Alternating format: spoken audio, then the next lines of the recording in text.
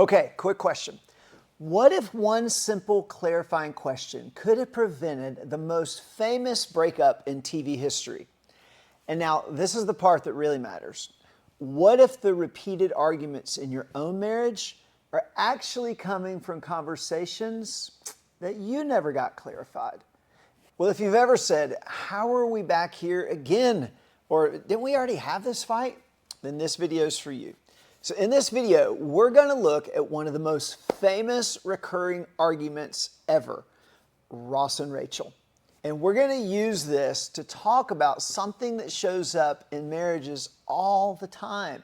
You're going to see why clarifying conversations slow things down before emotions take over.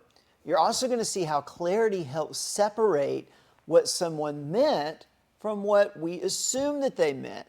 And then lastly, how one unclarified moment can create damage neither person ever intended. I don't know about you, but I love old sitcoms. Friends, Seinfeld, Frasier, The King of Queens. I mean, those are my go-to shows when I just want something light in the background playing. And I wouldn't say sitcoms are really great life coaches, but every once in a while, they accidentally tell the truth about relationships. So, if you've ever watched Friends, and most of you probably have, Ross and Rachel's fight is one of those moments. Rachel's overwhelmed with work. Ross is feeling insecure and disconnected, and the tension keeps building. And finally, Rachel says, "Look, maybe we should just take a break." All right, pause right there. Because everything that happens after this, the cheating, the yelling, the letter, the years of resentment, hinges on this one sentence. Here's the question that never got asked. What do you mean when you say a break? That's the one question that could have changed everything. Most repeated arguments in marriage, they don't start with betrayal.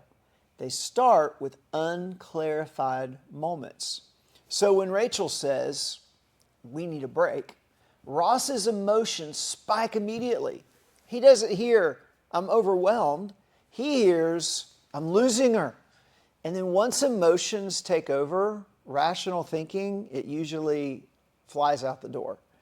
So clarifying questions matter because they force a pause. They slow the moment down just enough to keep emotion from making the decision for you. See, Ross didn't need to argue or defend himself. He just needed to slow the moment down with a question. Strong emotions, they're not instructions, they're signals.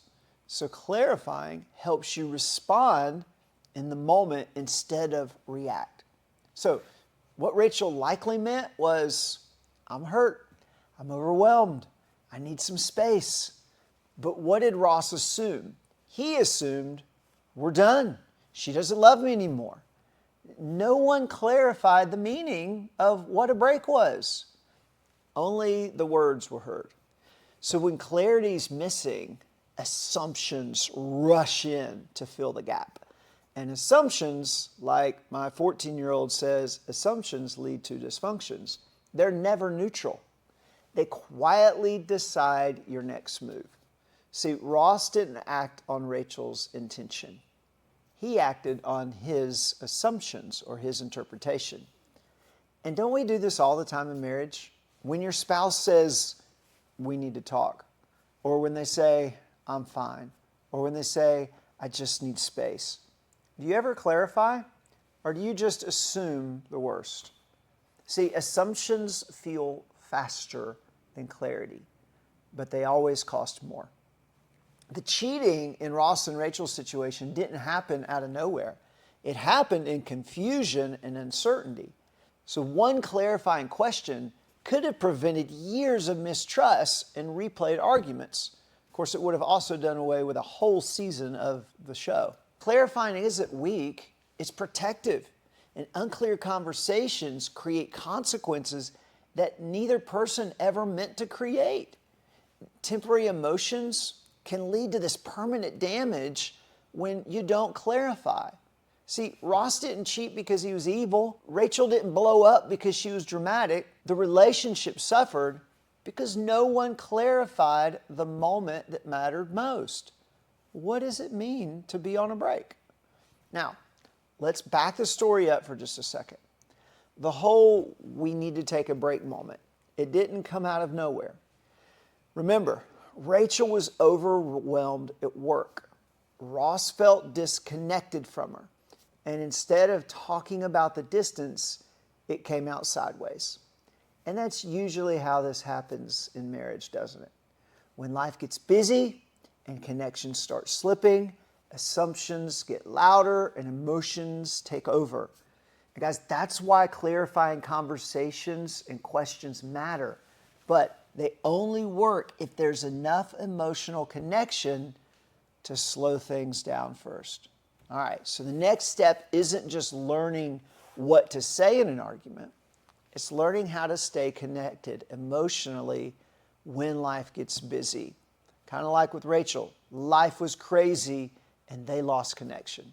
So in this next video, I'm going to walk you through how couples can stay connected during busy seasons so conversations don't immediately turn reactive.